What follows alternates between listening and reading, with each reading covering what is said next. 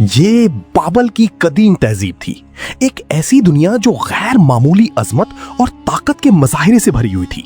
بلند و بالا عمارتیں اور عظیم یادگاریں جو ایک ایسے معاشرے کی قوت ظاہر کرتی تھیں جو اندھی روایات پر قائم تھا۔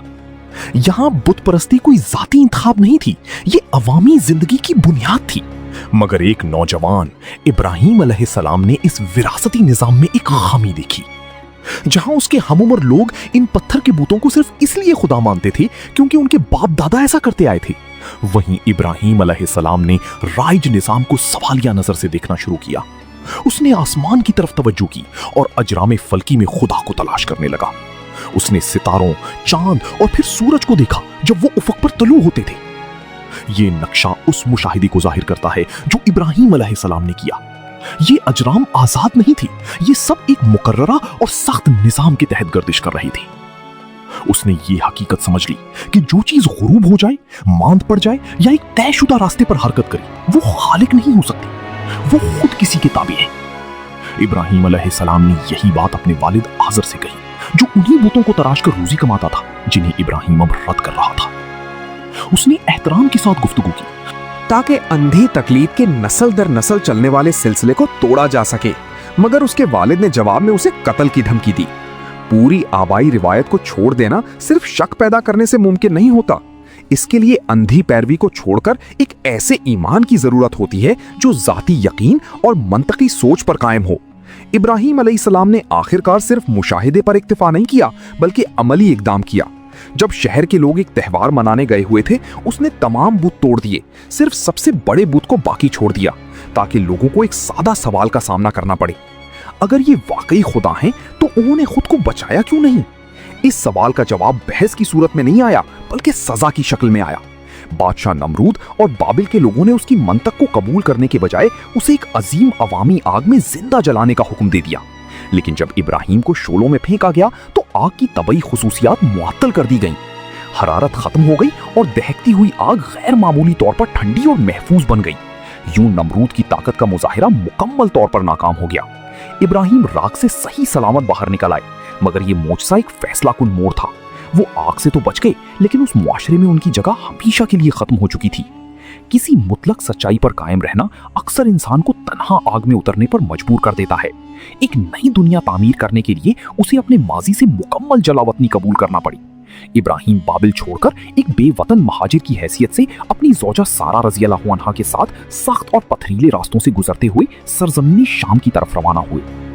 یہ سفر انہیں مصر کی شاہی دربار تک لے آیا، جہاں انہیں ایک اور آزمائش کا سامنا کرنا پڑا۔ ان کے پاس کوئی لشکر نہیں تھا جو ان کی حفاظت کرتا۔ ابراہیم نے صرف اس یقین پر بھروسہ کیا کہ اللہ کی مدد ضرور آئے گی، اور ایسا ہی ہوا۔ اللہ نے سارہ رضی اللہ عنہا کو بادشاہ کی ناپاک خواہشات سے محفوظ رکھا اور وہ دونوں سلامتی کے ساتھ وہاں سے نکل آئے۔ اگرچہ ابراہیم کا اثر و رسوخ بڑھتا جا رہا تھا، مگر ان کی زندگی میں ایک خاموش ذاتی خلا موجود تھا۔ وہ ایک عمر رسیدہ نبی تھے جنہوں نے دہائیوں تک اللہ کا پیغام پہنچایا، لیکن ان کے پاس اب بھی کوئی وارث نہیں تھا جو ان کے مشن کو آگے بڑھاتا۔ یہ خاموشی اس وقت ختم ہوئی جب سارہ رضی اللہ عنہا نے اپنی خادمہ ہاجرہ رضی اللہ عنہا کو ان کی نکاح میں دے دیا۔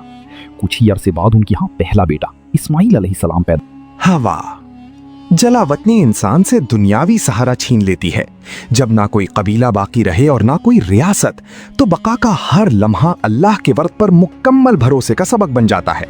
لیکن اسماعیل کی پیدائش کے فوراً بعد ابراہیم کو ایک ایسا حکم ملا جو بظاہر ان کی دعاؤں کے برعکس تھا۔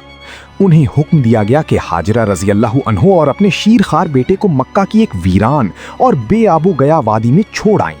جب ابراہیم واپس جانے لگے تو ہاجرہ نے پوچھا کہ کیا یہ اللہ کا حکم ہے؟ جب انہوں نے تصدیق کی تو ان کی گھبراہٹ عزم میں بدل گئی۔ وہ سمجھ گئیں کہ اگر اللہ نے انہیں وہاں بھیجا ہے تو وہ ہرگز ضائع نہیں ہوں گے۔ اسی گہرے یقین کے جواب میں خشک زمین سے اچانک پانی پھوٹ پڑا جو بعد میں مشہور زمانہ زمزم کا کنواں بنا۔ زندگی کے اسی ایک چشمے نے بعد میں قبیلہ جرہم کو وہاں آباد ہونے پر آمادہ کیا، اور یوں ایک ویران وادی ایک بستی میں تبدیل ہو گئی۔ حقیقی اطاعت اکثر ان چیزوں کو چھوڑ دینے کا نام ہے جنہیں حاصل کرنے کے لیے انسان پوری زندگی دعا کرتا رہا ہو، اور تحفے سے زیادہ اس ذات کو اہمیت دینا جس نے تحفہ عطا کیا۔ جب اسماعیل جوانی کو پہنچے تو سب سے بڑی اور مشکل آزمائش آ پہنچی۔